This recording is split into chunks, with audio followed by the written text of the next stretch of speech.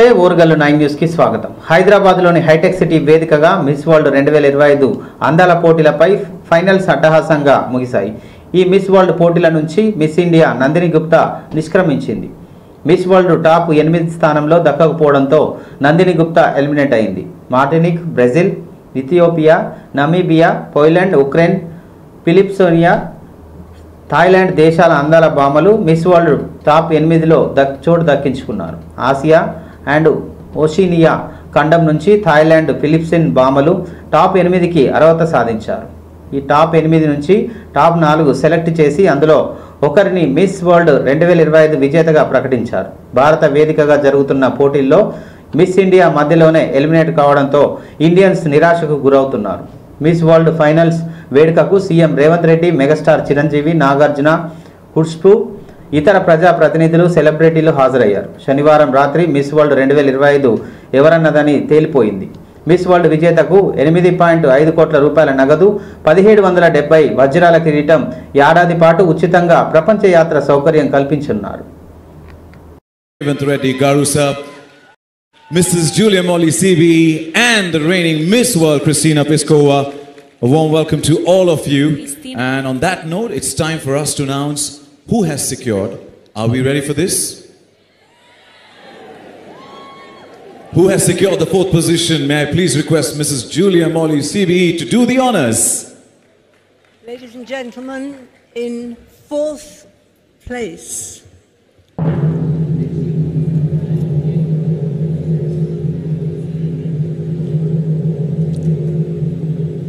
Martin.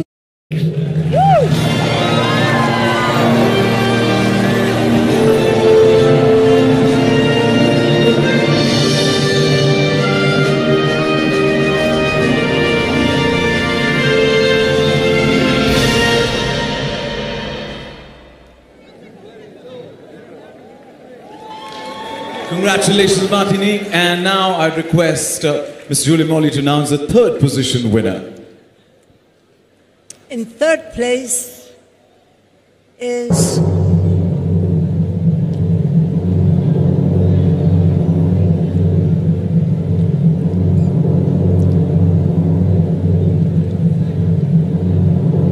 Poland.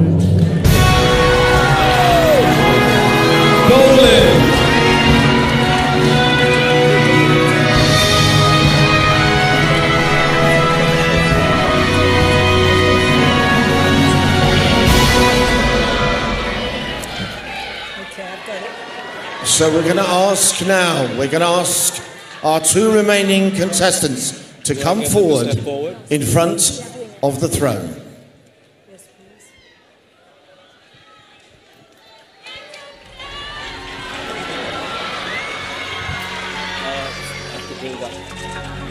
If you face each other, ladies, here we go.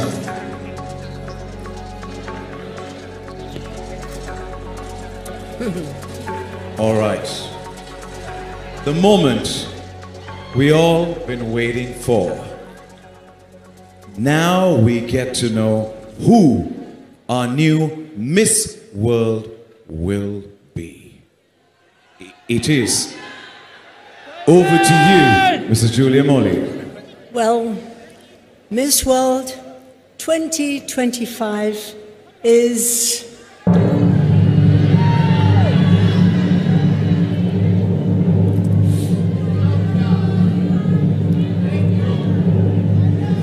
Thailand.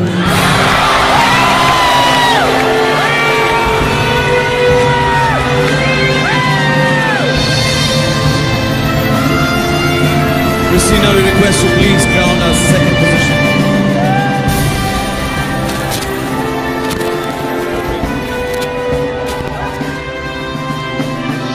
Ethiopia, congratulations, you are our 2nd position winner.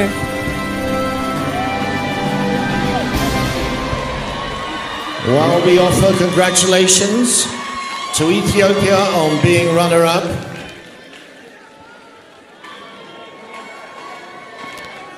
now Christina Piskova will put the sash on our new Miss World. And in time-honored tradition, take her to the throne, ready for crowning.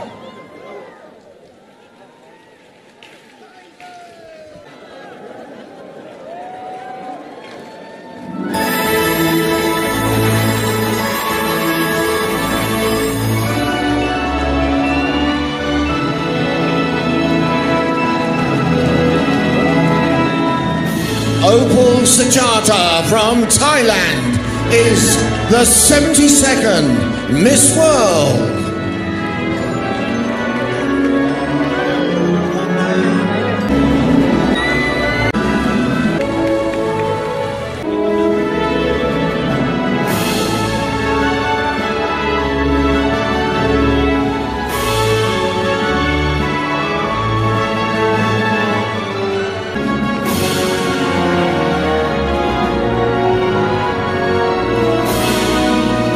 What a joyous occasion as we have crowned our 72nd Miss World. Congratulations, Thailand. Congratulations. And gracing us on stage, we have our Honorable Chief Minister of Telangana, Shri A. Revanth Reddy Garu, with us. And we also have with him, we have a first citizen of Hyderabad, the Mayor of Hyderabad, Gaddawala Vijay Lakshmi, and I request her to please say a few words and close the 72nd Miss World Festival. Thank you, Sachin and Stephanie.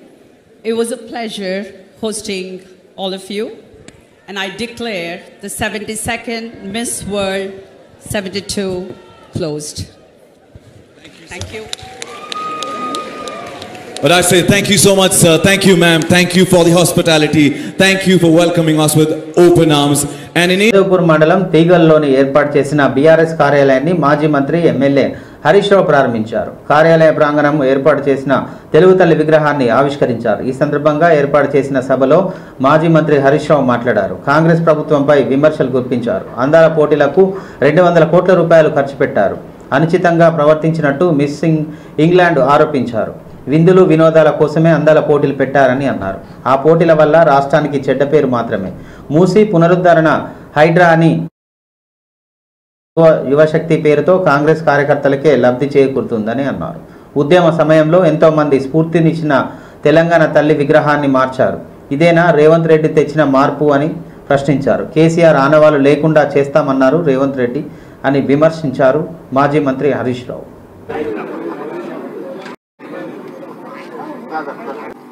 Ellaiah గారు మాజీ పట్టినటువంటి పరిస్థితి ఏర్పడ్డది. అంటే మాటలు ఎక్కువ, పని తక్కువ. మరి ఈరోజు ఆలోచించారు. రేవంత్ రెడ్డి ఎంతసేపు తెలంగాణ తల్లి విగ్రహం మార్చినా దాని మీద 15 రోజులు సినిమా నడిపిండు. తెలంగాణ సింబల్ మారుస్తాను 15 రోజులు సినిమా నడిపిండు. అందాల పోటీలు పెట్టినాను 1 నెల రోజులు సినిమా నడిపిండు. ఇవేమన్నా కడుపు నింపుతాయా? ప్రజలకు బతుకు తెరువునిస్తాయి. నువ్వు తల్లిని మారిస్తే, విగ్రహం మారిస్తే, నువ్వు సింబల్ తెలంగాణ చిహ్నం మారిస్తే, నువ్వు అందాల పోటీలు పెడితే ఇది మా రైతులకు ఏమైనా కడుపు నింపుతుందా? మా యువతకు, మా విద్యార్థులకు ఏమన్నా మేలవుతుందా? విత్తనాలు కూడా సరఫరా చేయలేని చాతగాని దద్దమ్మ ప్రభుత్వం ఈ రేవంత్ రెడ్డి ప్రభుత్వం. అనుచితంగా ప్రవర్తిస్తే, ఆమెను ఇబ్బంది పెడితే ఆమె తమ దేశానికి పారిపోయింది. రేవంత్ రెడ్డి దోస్తులు ఆమెను ఇబ్బంది పెట్టింది అందాల పోటీలకు వచ్చిన వాళ్ళను. అయ్యా రేవంత్ రెడ్డి, నువ్వు అందాల పోటీలు ఒలగబెట్టినావు. నీ కాంగ్రెస్ పార్టీ నాయకులు, నువ్వు ఈ విందులు వినోదాల కోసం అందాల పోటీలా? నేను అడుగుతున్నా రేవంత్ రెడ్డి, అందాల పోటీకి 5 సార్లు పోయిండు, 5 సార్లు పోయిండు. అందాల పోటీలను చూడు, నీకు 5 సార్లు పోయినావు. అందాల భావనను చూడడానికి ఒక్కసారి ఓ మార్కెట్ యార్డ్కి వచ్చి వడ్లెందుకు కొంటామని చూస్తేందుకు నీకు టైం దొరకలేదా? ఇక జనుము జీలుగు విత్తనాలు ఎందుకు దొరకలేవు అని అడగనీకి నీకు టైం దొరకలేదా? 5 సార్లు పోయి అందాల పోటీలకు గంట టైం దొరికిందా ముఖ్యమంత్రికి? ఇక వేరే పని లేదా నీకు? నీ దోస్తులు, నీ చుట్టుండే కాంగ్రెస్ నాయకులేమో పాపం విదేశాల నుంచి వచ్చిన మహిళల పట్ల అనుచితంగా ప్రవర్తించి ఈ దేశ గౌరవాన్ని, ఈ రాష్ట్ర గౌరవాన్ని దెబ్బతీసిండ్రు ఇవాళ కాంగ్రెస్ పార్టీ నాయకులు. ఆమె మధ్యలోనే పోటీలో నుంచి విరమించుకొని తమ దేశానికి పారిపోయిందంటే అది మనకు చెడ్డ పేరు కాదా? నువ్వు ఏం చేసినావు? మచ్చ తెచ్చినావు ఈ రాష్ట్రానికి. కోట్ల రూపాయలు ఖర్చు పెట్టి నీకేదైనా చూసి యశోకుంటే చూసినవేమో తప్ప ప్రజలకు చేసింది అయితే నువ్వేం లేదు. 4-5 సార్లు పోయినావు, భోజనాలు చేసినావు, చాలా ముచ్చట్లు పెట్టినట్టు పేపర్లు టీవీలో చూసినాం మేమైతే. ఇది ఎవరికి కావాలి? ఇది ఎవరిని ఉద్ధరించాడు? 3 నుంచి 10 కిలోలు తిత్తుండ్రు. దేశంలో నాది అంటుండ్రు. ఈ దేశంగా యువతకేమన్నా చేసిన ఏంటంటే నిజం చెప్తే అబద్ధాలు ఆడాల్సిన అవసరం ఉండదు. దేశ అభివృద్ధిపై చర్చకు సిద్ధమా అని కేంద్ర మంత్రి భాజపా రాష్ట్ర అధ్యక్షుడు కిషన్ రెడ్డి కాంగ్రెస్ పార్టీకి సవాల్ విసిరారు.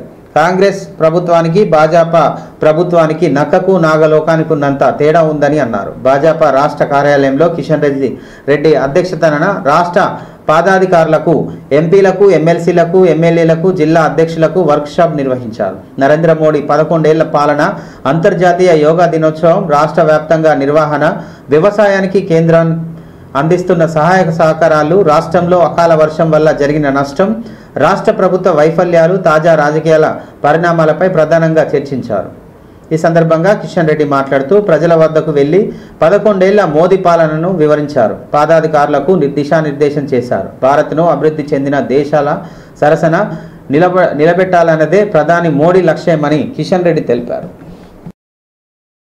దేశం ముందుకెళ్తున్నటువంటి విశ్వాసము, నమ్మకము, కమిట్మెంట్ నరేంద్ర మోడీ గారికి ఉంది కాబట్టి ఈరోజు 42% డివల్యూషన్ ఫండ్స్ రాష్ట్రాలకు ఇవ్వడం జరిగింది.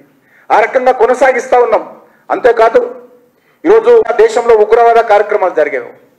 ఎక్కడ చూసినా బాంబు పెళ్లిళ్ళు, ఎక్కడ చూసినా పాకిస్తాన్ ఐఎస్ఐ కార్యక్రమాలు, ఎక్కడ చూసినా మత కళాలు, కర్ఫ్యూలు, AK-47లు, RTXలు, అటువంటి భారతదేశాన్ని ఈరోజు మరి ఉగ్రవాద రహిత దేశంగా నిర్మాణం చేయడం కోసం పాకిస్తాన్ సరిహద్దులు తప్ప మిగతా దేశమంతా కూడా మన హైదరాబాద్ నగరంలో గత 11 సంవత్సరాలలో ఒక్క ఉగ్రవాద సంఘటన జరగకుండా ఈరోజు మరి అనేక దేశాలు ఈ యొక్క తెలంగాణ రాష్ట్రానికి నిధులు కల్పించామో ఆ విషయాలన్నింటిపైన కూడా మనం మరొకసారి చెప్పుకునేటువంటి అవసరం. ఆపరేషన్ సింధూర్ పేరుతో గతంలో ఏం చేసేవాళ్ళం?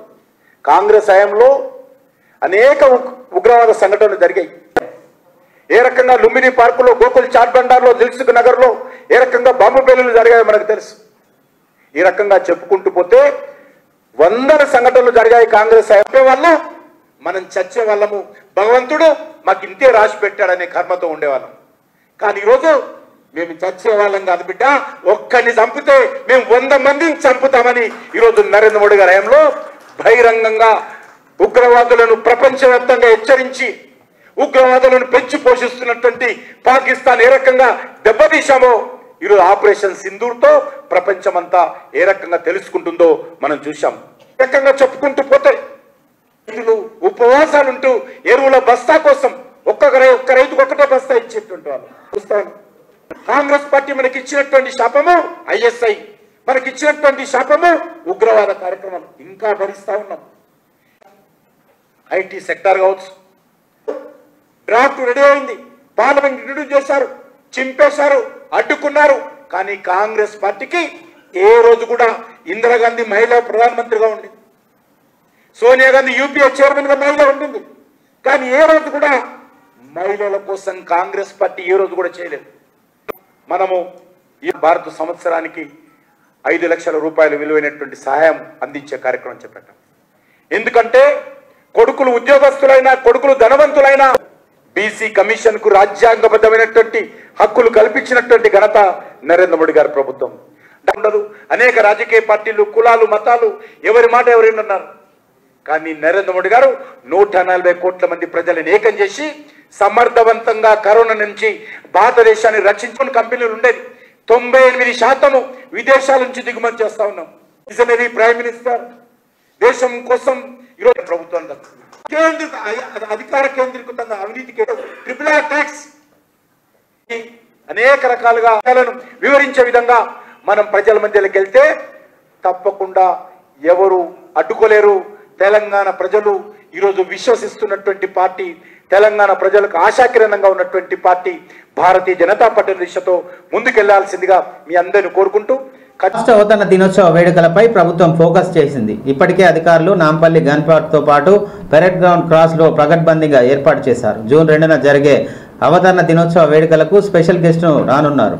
ఇందుకోసం జపాన్లోని ఖుషీ సిటీ మేయర్ కాజు హిసా టికేచి ప్రతినిధి బృందం హైదరాబాద్ వచ్చేసింది. జూన్ 2న ఉదయం సీఎం రేవంత్ రెడ్డితో పాటు ఈ వేడుకలకు ఈ బృందం హాజరు కానుంది. అంతేకాకుండా ఈ బృందం ఐటీసీ కాకతీయ హోటల్లో తెలంగాణ రాష్ట్ర ప్రభుత్వం తరపున హితా ఖుషీ సిటీలో పరస్పర సహకార ఒప్పందాలపై సంతకాలు చేయనున్నారు. ఇటీవలే ముఖ్యమంత్రి రేవంత్ రెడ్డి జపాన్ పర్యటనకు వెళ్లిన సందర్భంగా హితాఖుషి సిటీలోని సందర్శించిన విషయం తెలిసిందే. ఈ నేపథ్యంలో హైదరాబాదు రావాలని మేయర్ను సీఎం ఆహ్వానించారు. ఒకప్పుడు జపాన్లో అత్యంత కాలుష్యం ఉన్న సిటీ హితాఖుషి. గాలి, నీరు, నేల విషపూరితంగా ఉండేవి. ఇప్పుడు ఈ నగరం పర్యావరణ పరిరక్షణలో ప్రపంచానికి ఉత్తమ ఉదాహరణగా నిలిచింది. హైదరాబాద్ నగరంలో సైతం కాలుష్య నివారణ పర్యావరణ పరిరక్షణతో భాగంగా ఈ కీలక ఎంఓఎంలు చేసుకునే అవకాశం ఉందని కనిపిస్తుంది.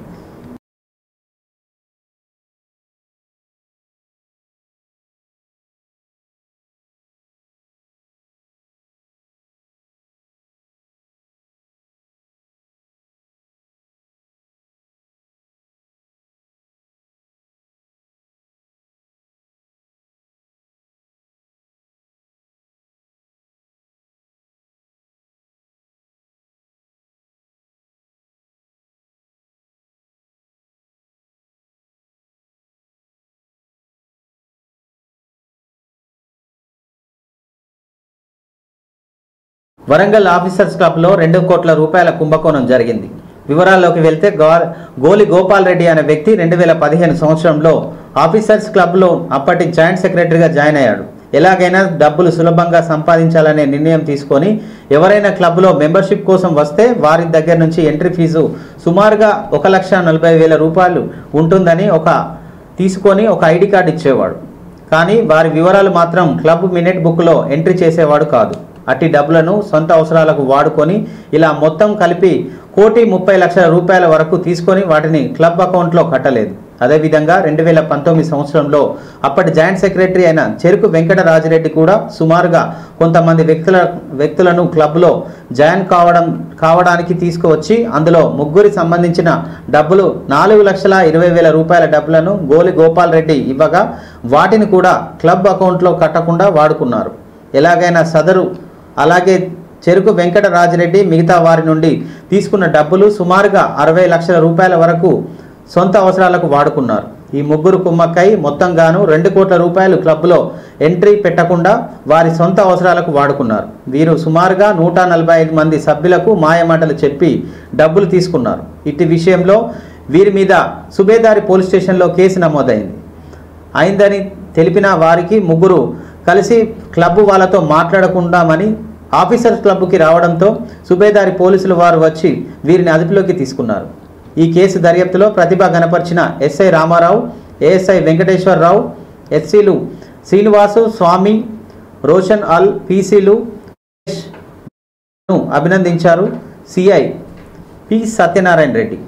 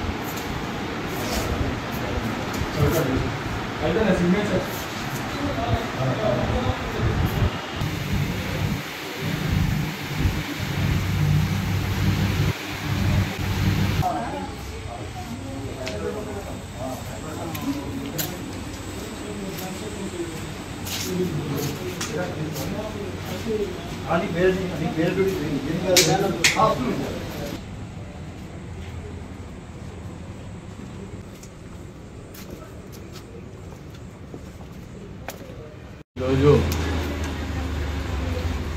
ఆఫీసర్స్ క్లబ్లో జరిగినటువంటి భాగంగా ఈరోజు ఉదయం 3 వ్యక్తులను అరెస్ట్ చేయడం జరిగింది.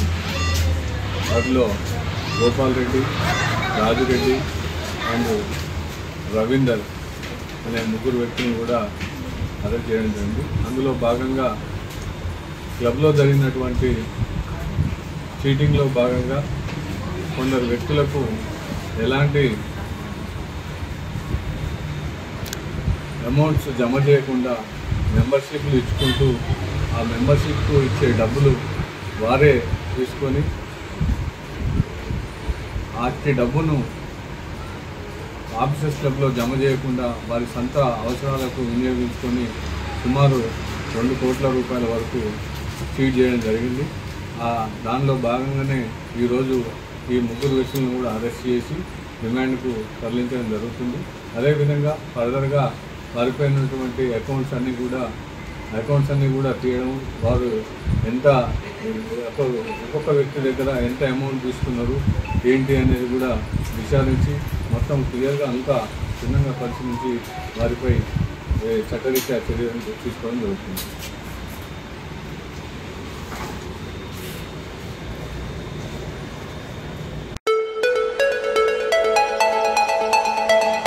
హనుమకొండ నుండి కేవలం 20 కిలోమీటర్ల దూరంలో మండలం గూడూరు విలేజ్ సమీపం పచ్చని చెట్ల మధ్యలో ప్రకృతి అందాలతో పొలాల మధ్యలో సాధన విలేజ్ రిసార్ట్ మీకోసం. Sadhana village resorts, games room, playground, swimming pool, sound system, food supply, మీకు కావలసిన వస్తువులు, 4 ఏసీ కాటేజ్లతో ఆహ్లాదకరమైన ప్రదేశంలో తీర్చిదిద్దాం.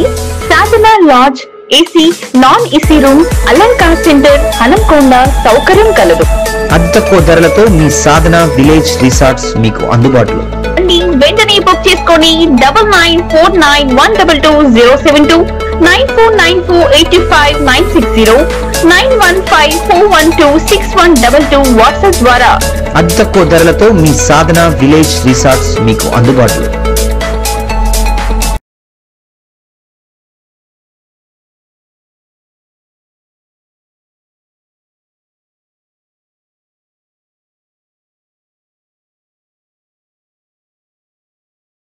తెలంగాణ రాష్ట్ర అవతరణ వేడుకలను జిల్లా వ్యాప్తంగా ఘనంగా నిర్వహించనున్నామని మాజీ ప్రభుత్వ చీఫ్ విప్, మాజీ శాసనసభ్యులు, భారత రాష్ట్ర సమితి పార్టీ జిల్లా అధ్యక్షుడు దాస్యం వినయ్ భాస్కర్ తెలిపారు.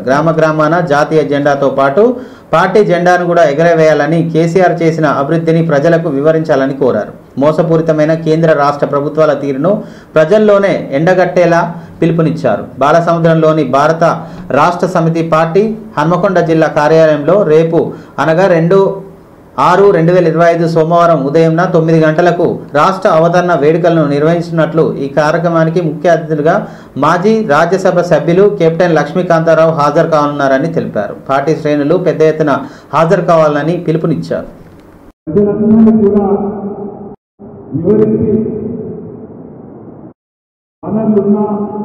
ఆర్థిక వనరులు లేకున్నా కూడా అనేక ఇబ్బందులకు ఎదురవుతూ మరి కఠోర దీక్షతోని తెలంగాణ జాతీయత కూడా ఒకటి మరి తెలంగాణ తెచ్చింది కాబట్టి వారు ఉద్యమ నేతగా తెలంగాణ ప్రజలు వారి పక్షాన ఉన్నారు. తెలంగాణ వచ్చిన తర్వాత ప్రభుత్వంలో కూడా ముఖ్యమంత్రిగా తాను 14 ఏళ్ల పాటు అధ్యయనం చేసినటువంటి తెలంగాణ రాష్ట్రాన్ని నీళ్లు, నిధులు, నియామకాలు సమృద్ధిగా 10 ఏళ్ల పాటు తెలంగాణ ప్రజలకు అందించి దేశంలోనే అగ్రభాగాన వచ్చే విధంగా తెలంగాణ రాష్ట్రాన్ని తీర్చిదిద్దుతున్న సమయంలో మొన్న ఎన్నికలు వచ్చినటువంటి సందర్భంలో కాంగ్రెస్ పార్టీ అమలు కానీ 420 హామీలు 6 గ్యారంటీలతో ఈరోజు కానీ విద్యార్థులు కానీ మహిళలు కానీ.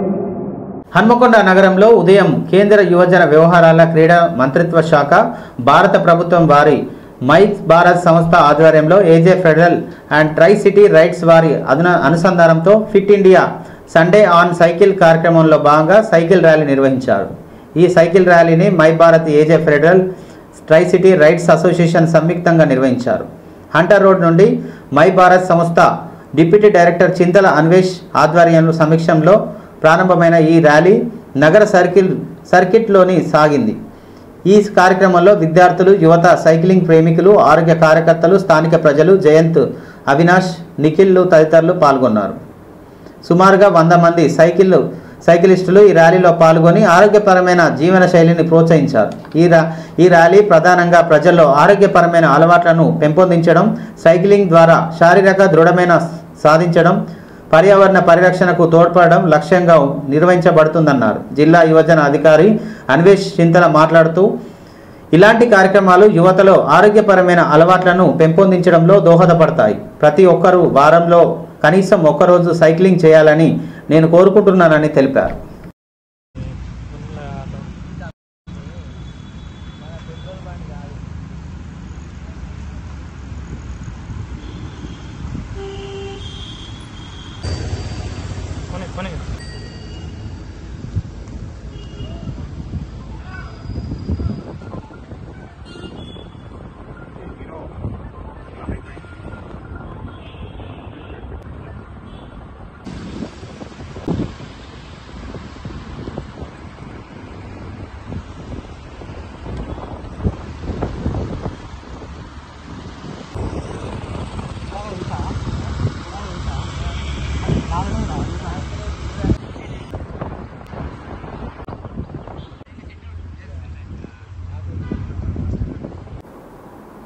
ఇంతటితో ఈ వార్తలు సమాప్తం. మరో వార్తలతో మళ్ళీ కలుద్దాం. చూస్తూనే ఉండండి ఓరుగల్లు 9 న్యూస్. సబ్స్క్రైబ్ చేసుకోండి, లైక్ చేయండి, షేర్ చేయండి.